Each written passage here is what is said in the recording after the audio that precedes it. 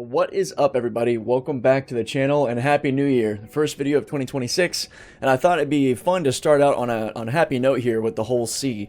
We are about 100 kilometers outside of Levski, and the whole point of this video today is going to be an intro to the whole sea for a lot of the newer players who are coming in, who see the ship, who get excited, but then they get discouraged when things don't work the way they think they should, or they're not sure how to get around stuff. So I've done videos like this before, but you know, the way YouTube and all works, the videos eventually kind of get archived in the back, and you can stumble on them or look for them yourself, but they're not really at the forefront of people's attention. So I'm going to periodically be doing videos like this for whatever ships you guys want, especially the whole sea though, because I think she's got the most quirkiness that you got to learn to work around to get it to work right.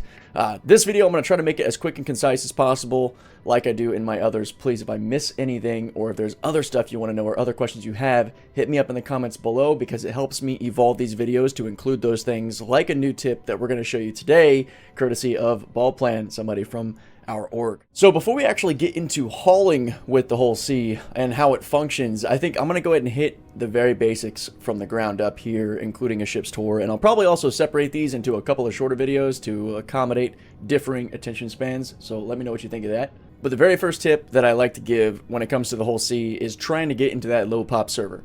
When you hit the tilde key, you put in r_display info space 1 through 4 to get differing info on your screen. You can see what your server looks like in the top right corner of the screen. As an example, we are on US Shard 170 with a total game count of 192, only 6 people in the server that I am in now, with a slamming server FPS of 30. Those are the kind of stats you want to have better communication with the game in your whole sea to get those missions to work properly. And the way you get into these lower pop servers is by adding friends. So that way you can right click on them in the menu and actually see like how many people are in their game, and then join on the one that you find with the lowest server count. And if you're having issues with ping or some problems with the actual game, because maybe it's an Asia Southeast server or EU server, or a server that just is not going to perform well for you where you're at in the world, then feel free to keep trying and switching through. I am here in the US, and I typically have a good time in any server that I join that's low pop, even if it's Asia Southeast or EU, it doesn't really matter. Australia, I tend to have pretty good function in the whole sea in all of them. My ping just might be a little bit higher. I think what I'll do is I'll put the commands in the description to bring up what I use and how to get rid of it, so you can put your game back to looking nice and clean instead of having that information there, unless you like it, which is up to you. So I guess we can go ahead and start the tour to talk about some of the other things like supplies and such. Like this is of course your bridge, your helm, located on the left, co-pilot seat, captain's seat with a little vial sitting there. Whoops. You have your fire extinguisher here, nothing really else in here that you can interact with. And then right down here in your airlock, you actually have where you can store some weapons on a weapons rack, or for me, this is the whole sea and industrial ship. I've got a couple of max lift tractor rifles, and I've got a couple of Cambio SRTs. And this version of the game, having the ability to repair stuff is important. I've already got both of these loaded with a full canister. You can buy these canisters full at your local refinery or cargo center at Levski or wherever you're starting. They're going to be more expensive than the empty ones. They're going to be like 275 AUEC, whereas the empty canisters are like 175. So you can buy empty ones and then go out and like scrape some dead ships to fill them up, or you can just buy a buttload of full ones, stash a few on your ship, put them in your SRT rifles, store them, and then you're good. I bring up this menu here, by the way, to inspect and look at stuff just by hitting the J key while I'm holding the rifle. Makes it really easy. And then, of course, anything you're looking at, you'll be able to repair. But I love having this thing stocked up like this, just because it's nice to have those materials on board. And as long as you're not claiming your ship all the time, this stuff will stay in your ship. That's why I try really hard to just go where my ships are, because I've got them loaded out. I like to live on these, if you can't tell, with my attire being a little bit different than what you might be used to in the verse. So in this airlock, you got to be careful in 4.5. We have atmosphere now, so if you open this door and this door isn't closed, you are going to vent the inside of your ship. And that can cause anybody who isn't properly geared up to go outside to suffocate, and to have that annoying audio bug where it just sounds like you're suffocating over and over. Now back around this way, there's not really much to see in here, because this is all just kind of placeholder at the moment. There's not even storage here, which I feel like there should be. But these are like your escape pods, which are like your evac areas, and they even have their labels, which is funny. But yeah, none of these are actually currently functional.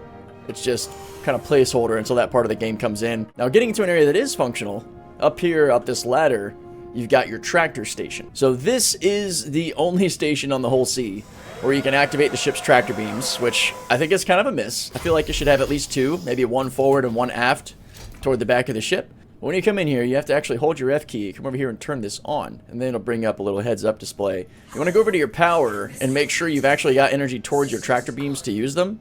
I guess we'll go ahead and see if it works, but you sometimes also, depending on the ship, need to be in SCM for the tractor beams to work. But turn it on here, make sure you've got the power to allocate. We've got enough to allocate to all four if we want.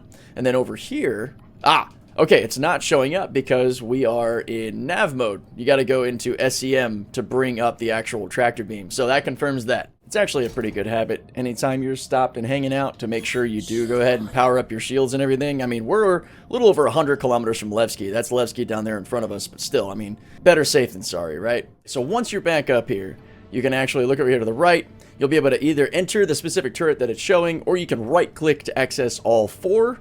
You got your rears in the top and your fronts on the bottom here. So let's pop into the upper front real quick to show you what it looks like. You have an awesome view outside the ship. Of course, we're closed. This is just kind of a tour and a demonstration. We'll show you what it's like to move boxes later, because the ship tractor beams are kind of weak, but they function similarly to pretty much any other ship's tractor beam you can imagine. You get access to about 3 of the 4 panels when the ship is extended. But again, being able to rotate larger boxes like 16s, 24s, and 32s is a real pain. Wow, take a second to look how beautiful that is. Lyceum Ring, the Vandul Nebula back there. I think that's Caliban, maybe. Anyway, beautiful. So you can also, like some of you are probably thinking, use the remote turret option to, or your like keybinds to enter into it. I have it bound to the base of my stick for 3 of the 4, because unfortunately there's only 3 of the 4. So I can go into my lower rear, which is here, my upper front, which is this one, and my lower front. But the upper rear is not accessible. That's why using F and then holding right click to see all 4 is going to be your only way to really see that. But yeah, getting into the upper rear, you can see those ballistic broadsword cannons again, is required by using that right click function. Now, since we're doing a grounded video with the whole sea, I'll just show you guys how to access those keybinds. You go into your settings, keybinds, whatever you want it on, whether it's keyboard and mouse or your flight sticks. You're going to be at your operator modes at the very top, and as you scroll down, you're going to see enter remote turrets 1, 2, and 3. So you can actually set those up yourself. The turret function one that some of you might be thinking about doesn't work for me in the same way. If you scroll down, you have the next remote turret key.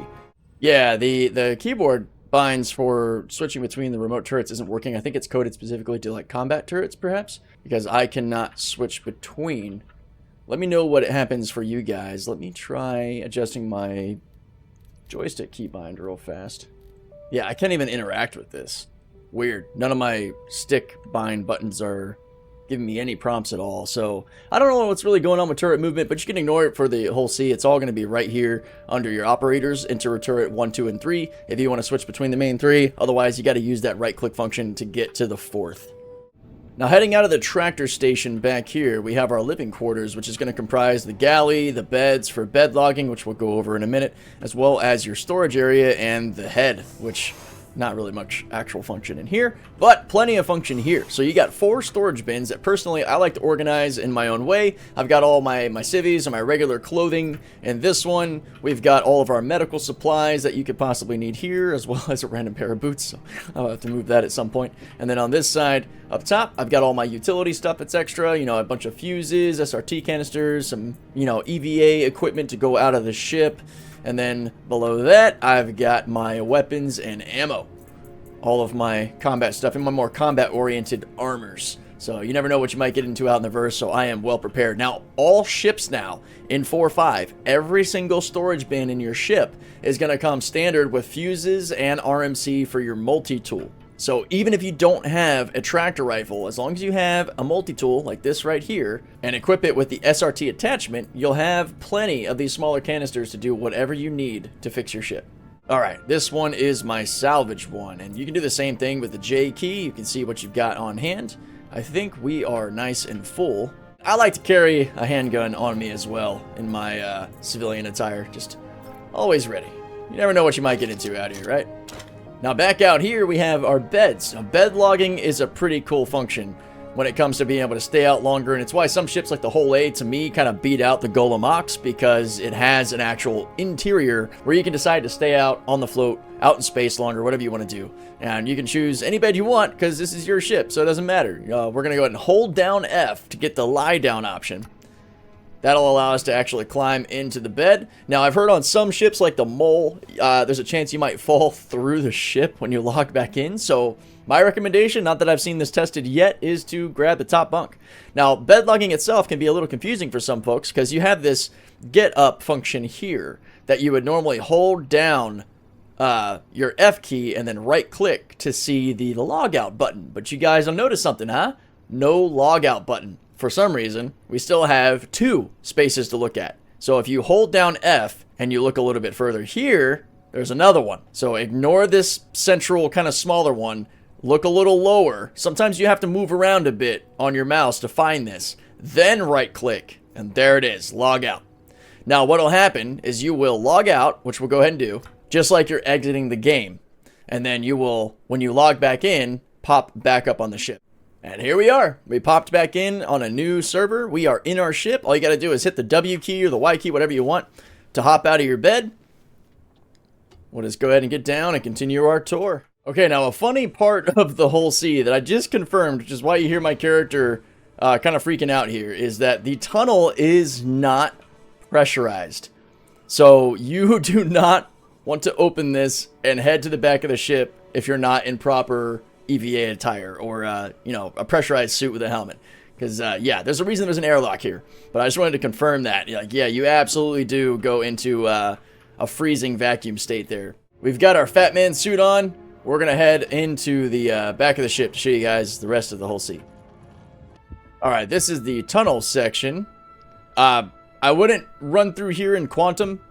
There's a chance you'll get thrown out. It's happened to some other people. This is pretty normal. You just kind of have this like blacked out area where you can barely see this door. You just gotta go ahead and open it like you would any other door. Remember, it is an airlock. It's always good to keep these closed. And here we are in engineering. And you see on the bottom left, it shows you that our area is pressurized with the lung system going up to 100. That represents your atmospheric pressure. I'll demonstrate that again. Look at the bottom left of the screen. We come in here, temperature is dropping. And it shows that we're in a state of vacuum. The lung symbol went to 0. That's your pressure gauge. It's an interesting way to display it. But it makes sense, though. You know, if 0 to lungs, bad. So let's head back in here. Close this. And will it pressurize in here? Temperature's going back up, but this still seems to be a vacuum. It's not venting or pressurizing in a normal fashion. But once we come in here, there we go. We're back up to 100%. We should be able to take our helmet off.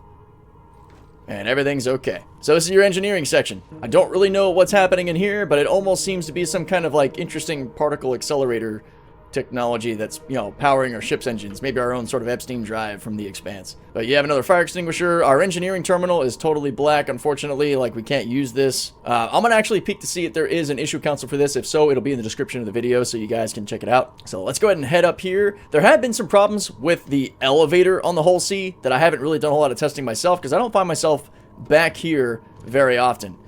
These ladders are also kind of staggered, so you can stop climbing that one by just backing up.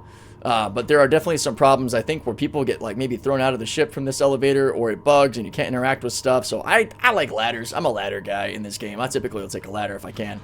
But back here is where your components are. Now, something to keep in mind with these larger size 3 ships, or these bigger ships like your Caterpillars, your C2, anything with a size 3 component, you can't pull it out of the ship, but you can repair them. As an example, we'll go ahead and pop this open to show off one of our Blizzard coolers here. Pull out our multi-tool, right click, and you can actually see the stats of this part. Part integrity is 100%. You know, there's no damage here, so you're fine. But these are all of your, or the majority of your ship's components that you can access by hitting these little buttons to pull them out.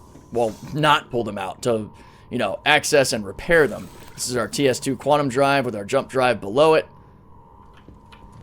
We got our RAM part, or sorry, we got one of our many parapet shields, which I don't really know where they have the other parapets hiding. One of the reasons that you're not able to move these around is because of the inside of the ship. Like, you can't get these size 3 components through these doors. And some ships you can, like the Perseus and such, but the reason we can't, or I guess CIG's reasoning for us needing to swap this stuff at stations is because they're too big to get in and out of a lot of these ships to move properly. So the easy solution is just make it a station-only swap. But you can access all of them to repair them if you're having any issues. I think this is our other cooler. Yep. So this is the room where these are sitting. Only one of your power plants and one of your shields. I don't really know where the others are hiding. I'll have to look at that at some point. Unknown part, that's your jump drive. That's attached to your quantum drive. And this is another evac area. This is a battery component bay, which actually isn't in the game yet. Eventually, batteries are going to be added, which will be an interesting component. So I guess, like, you wouldn't be able to stay out forever if, like, your ship's batteries die.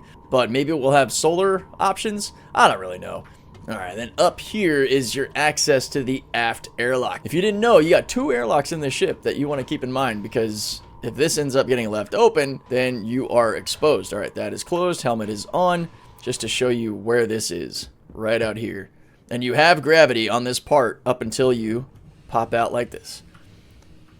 So if you were ever wondering what that little spot on the hull seat was over your engine bay, that is your secondary airlock. Let's hop back in here. Close this.